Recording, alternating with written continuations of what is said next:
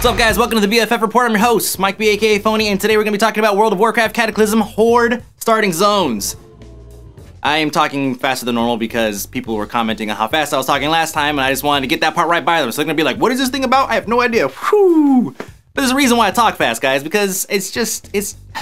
If I talk slow, if I talk slow like this, then some of you guys may question some of my personal lifestyle decisions of things that I may do prior to recording the show. If I talk fast and you guys say I might do something else, it's pretty much lose-lose situation. And that's fine with me. Hey, that's cool, you know? Hey, but let's not dwell on it. Let's get started with the show.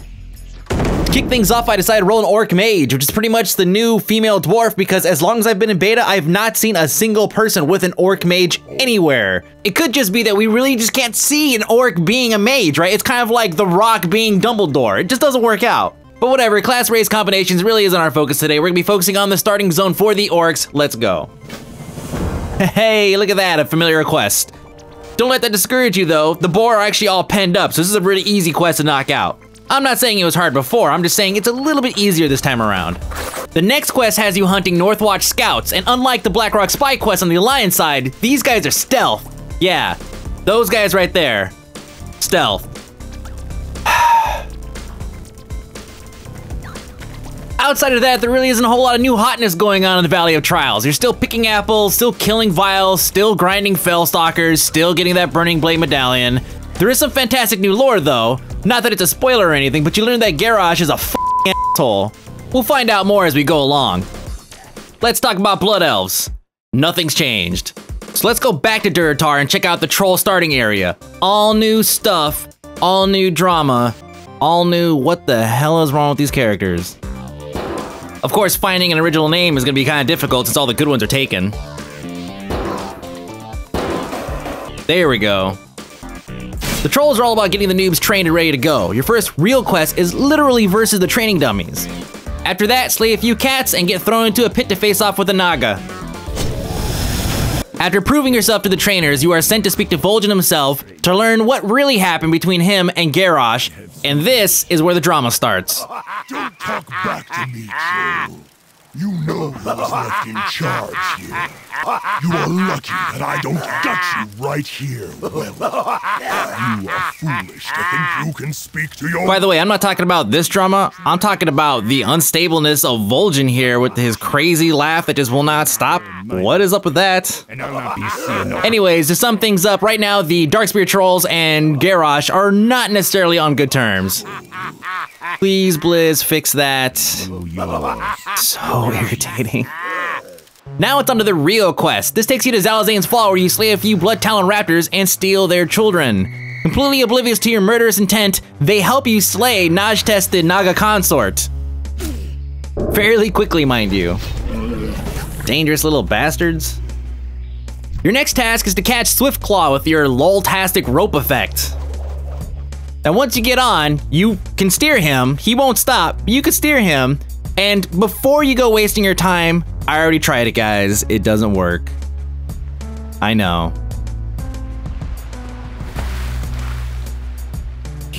Now on to your first real boss encounter. And when I say real, I mean there are actually phases and you have to basically not do what I did. The dark sphere shall be wiped from existence.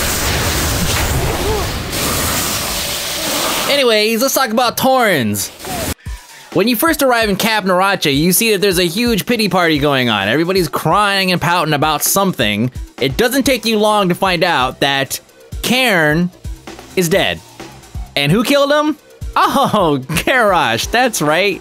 Apparently they didn't agree on something, and Garrosh really isn't the whole compromising type, so they kind of duked it out a little bit. Garrosh might have gotten carried away, and now, no more Mr. Bloodhoof. Sure, there are conspiracy theories about the Grim-toting poisoning this and that which weaken the Tauren chieftain, etc., but you don't buy into sensationalism, right?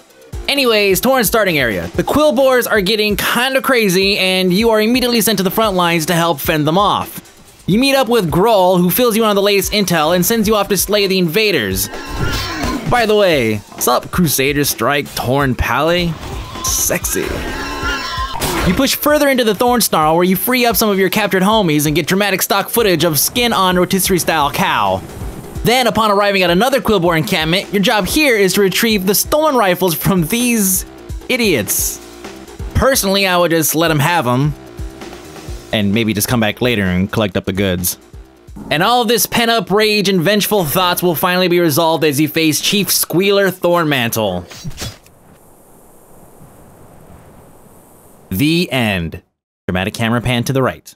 And on to the undead. Your first quest involves getting resurrected. At this point, you're given a choice to serve the Dark Lady Sylvanas or do nothing and eventually end up serving her anyways. You gotta talk to the Undertaker, who asks you to retrieve a few items from the crypt behind him. And this guy, Darnell, shows up and offers to help. I figured it was a safe bet to let him lead the way. Hey Darnell, I appreciate it. I want to say I really appreciate, you know, because I'm new and I'm trying to get my way around. Thanks for helping me find the stuff, you know.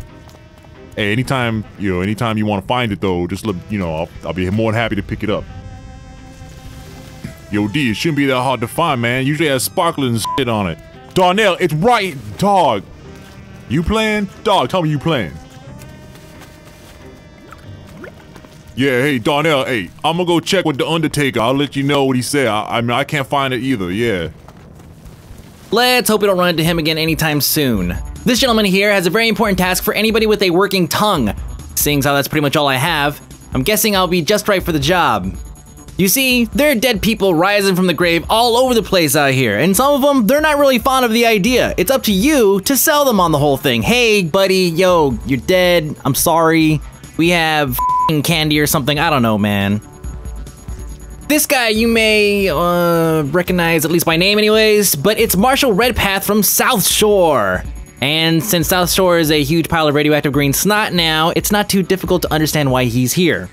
And I'm sure we all understand why he's probably not interested in joining the Forsaken. Now we go back, turn that, oh, it's Darnell. Victory. He's here to, I guess he's here to show me how to get to Death Knell, which is like a whopping 47 feet away. Thanks, Darnell, appreciate it. Thanks for coming by again. Well, it looks like Darnell's gonna be hanging out with us for a little bit. My next quest actually is using him to help carry bodies back here to be resurrected and turned into Forsaken.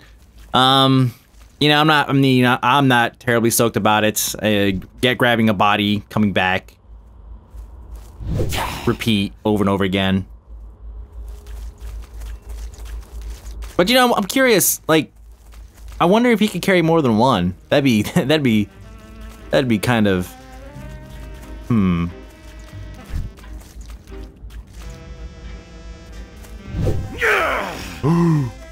Oh man, Darnell, you and I are gonna be friends now. Yeah, pick this one up too. Oh. Okay, it's, hey Darnell, just hang in there. We're just gonna maybe pick up one or two more, and then we'll go back. Don't worry about it. I got you, man. Moving on with the questing, this is Lillian Voss, and my job is to convince her too that it's okay to be undead. She doesn't take it very well, at all, but I'm just doing my job. How you holding in there, Darnell? You alright? Now, this is an interesting anomaly, and by anomaly I mean an impending f***ing nightmare. I now have two Darnells to deal with. But it's cool though, because having both these idiots around will help me take down Marshall Redpath and his brand new army.